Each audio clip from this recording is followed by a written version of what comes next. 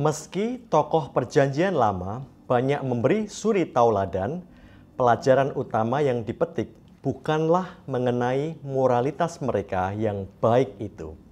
Dalam seri Kristosentris, kita akan terus membahas sosok dan peristiwa Perjanjian Lama yang kesemuanya merujuk pada signifikansi Kristus.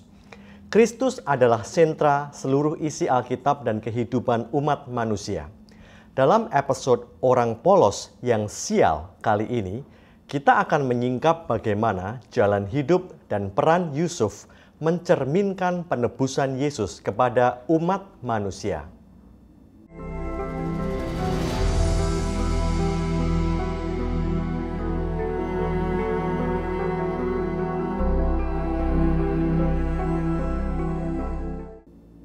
Kisah Yusuf memakan seperempat kitab Kejadian sendiri. Diawali dari Yakub lebih mengasihi Yusuf dibanding saudara tiri dan kandungnya, yaitu anak Lea, Bilha, Zilpa, dan Rahel, sampai ia dibuatkan jubah berwarna-warni yang maha indah. Tidak sembarang orang mampu membeli jubah warna-warni seperti itu. Saudara-saudaranya pun tidak. Pengana emasan Yusuf oleh ayahnya ini membuat saudara-saudaranya benci kepadanya. Seolah tidak sadar keadaan, Yusuf malah dengan polosnya menceritakan mimpi-mimpinya kepada saudaranya. Mimpi pertama, berkas gandum saudara-saudaranya sujud menyembah kepada berkas gandum Yusuf yang bangkit dan tegak berdiri. Mimpi kedua, matahari, bulan, dan 11 bintang sujud menyembah Yusuf.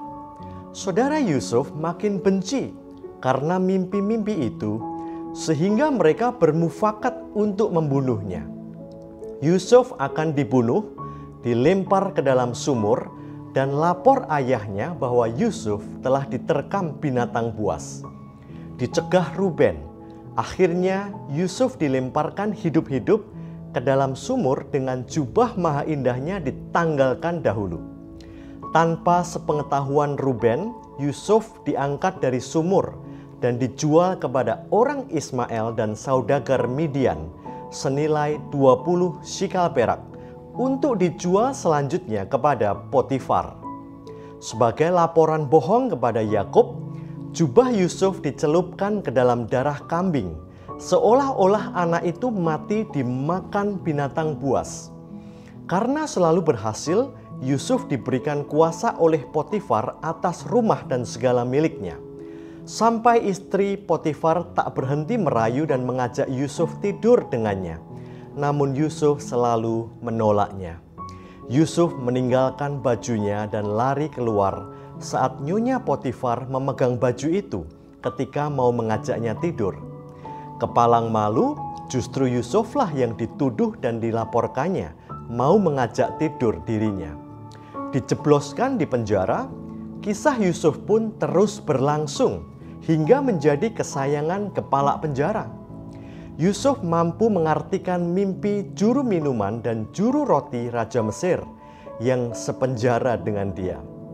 Juru minuman bermimpi dia memeras anggur ranum dari pohon anggur bercarang 3 yang penuh bunga dan menyampaikan piala berisi perasan anggur itu ke tangan Fir'aun. Artinya dalam 3 hari Fir'aun akan mengembalikan pangkat juru minuman itu. Sedangkan juru roti bermimpi dia menjunjung 3 bakul penuh makanan tetapi dimakan burung. Artinya dalam 3 hari dia akan digantung di tiang dan daging tubuhnya dimakan burung. Kepiawaian Yusuf dalam menafsir mimpi berlanjut saat mengartikan mimpi Fir'aun. Mimpi pertama, 7 ekor lembu kurus memakan 7 ekor lembu gemuk yang keluar dari sungai Nil. Setelah makan, mereka tetap kurus dan tidak bertambah gemuk. Mimpi kedua, 7 bulir gandum kurus layu menelan 7 bulir gandum bernas dan baik berisi. Yusuf mengartikan akan datang 7 tahun kelimpahan yang diikuti 7 tahun kelaparan di tanah Mesir. Agar negeri selamat saat masa kelaparan, penguasa Mesir terpilih harus memungut 1/5 dari hasil masa kelimpahan. Lalu ditunjuklah Yusuf menjadi penguasa seluruh Mesir, dan dikumpulkannyalah segala bahan makanan dan ditimbunyalah gandum yang tak terhitung banyaknya. Saat kelaparan tiba, Yakub mengutus 10 anaknya tanpa Benyamin untuk membeli gandum ke Mesir. Seolah menggenapi mimpinya, saudara-saudaranya menghadap dan sujud menyembah kepada Yusuf, sang mangku bumi Mesir. Berlagak tak mengenali saudaranya, Yusuf menginterogasi dan membentak sambil menuduh mereka sebagai pengintai negeri Mesir. Mereka lalu menceritakan maksud dan asal-usul keluarga mereka. Setelah kesemuanya ditahan 3 hari, Simeon ditinggal di Mesir sebagai jaminan ketika mereka pulang kampung membawa gandum, sampai kembali lagi ke Mesir membawa Benyamin.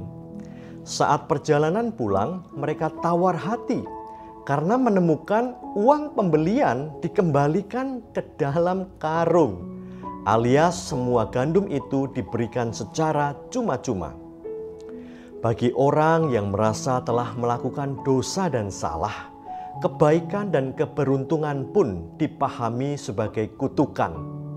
Lalu hati mereka menjadi tawar, dan mereka berpandang-pandangan dengan gemetar serta berkata, "Apakah juga yang diperbuat Allah terhadap kita?" Akhirnya mereka kembali lagi ke Mesir bersama Benyamin. Melihat Benyamin, Yusuf tak kuasa menahan tangis. Lalu makanlah mereka bersama-sama sehidangan, namun Yusuf tersendiri. Kemudian Yusuf mengakali seolah-olah Benyamin mencuri piala perak Yusuf dalam karungnya, agar adiknya itu bisa ditinggal di Mesir. Lalu Yusuf memperkenalkan dirinya kepada saudara-saudaranya. "Janganlah bersusah hati dan janganlah menyesali diri, karena kamu menjual aku ke sini. Sebab untuk memelihara kehidupanlah Allah menyuruh aku mendahului kamu." Selanjutnya Yakub diboyong ke Mesir bersama semua saudara-saudara Yusuf. Saudara, semua kitab baik perjanjian lama maupun baru merujuk kepada Yesus. Kitab-kitab suci itu memberi kesaksian tentang aku. Musa telah menulis tentang aku.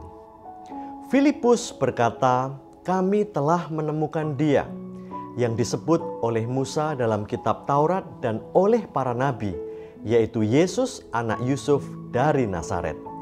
Diyakini Musa menulis 5 kitab Pentateukh: Kejadian, Keluaran, Imamat, Bilangan, dan Ulangan. Tidak memakai istilah Kristofani, kita menggunakan istilah kristosentris sebagai sudut pandang menemukan Kristus di perjanjian lama maupun baru. Kehidupan Yusuf di Mesir di kitab Kejadian itu juga menggambarkan Yesus. Yusuf adalah kekasih Yakub ayahnya, dan Yesus juga anak kekasih Allah Bapa. Yusuf dibenci oleh saudara-saudara terdekatnya, padahal dia polos dan tulus, tidak bermaksud sombong loh pada saat menceritakan mimpinya. Yesus juga dengan lugunya memberitakan kebenaran dari Bapaknya, namun dibenci dan ditolak orang Yahudi, suku bangsa terdekatnya sendiri. Yusuf dijual atas inisiatif Yehuda kepada bangsa non-Yahudi atau Gentiles.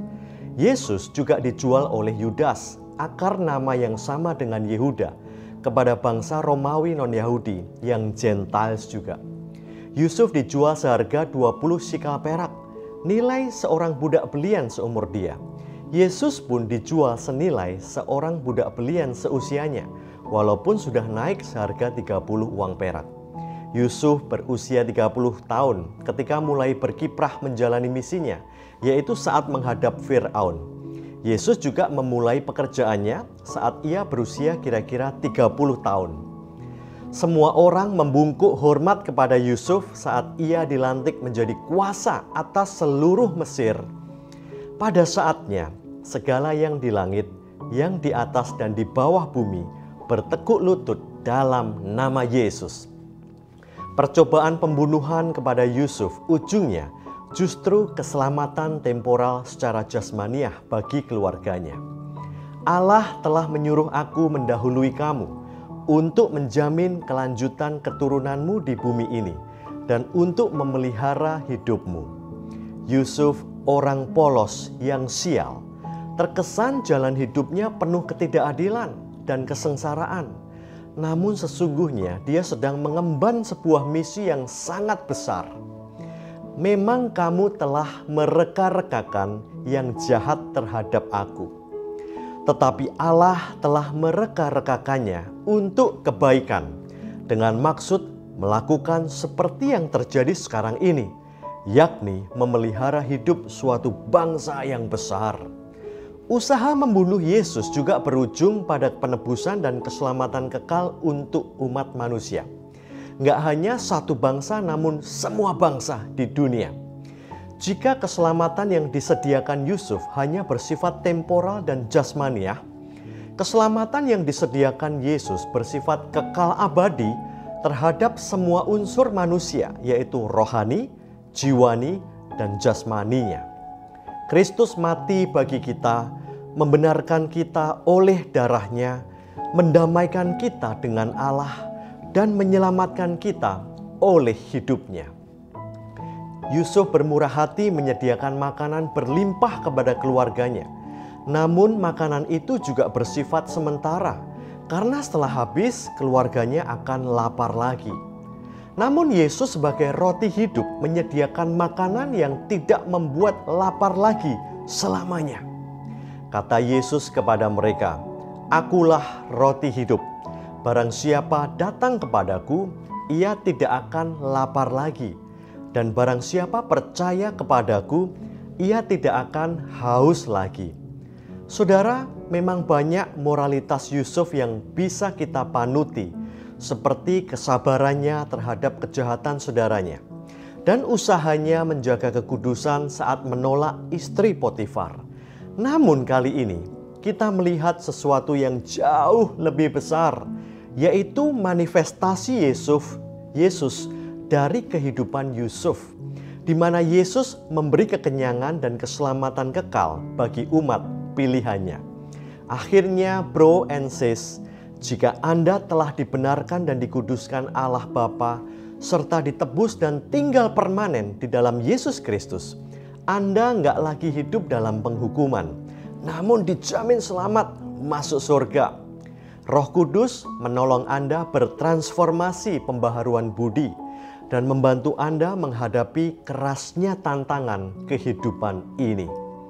Mari terus hidup berpusat pada Kristus. Sampai Kristosentris berikutnya.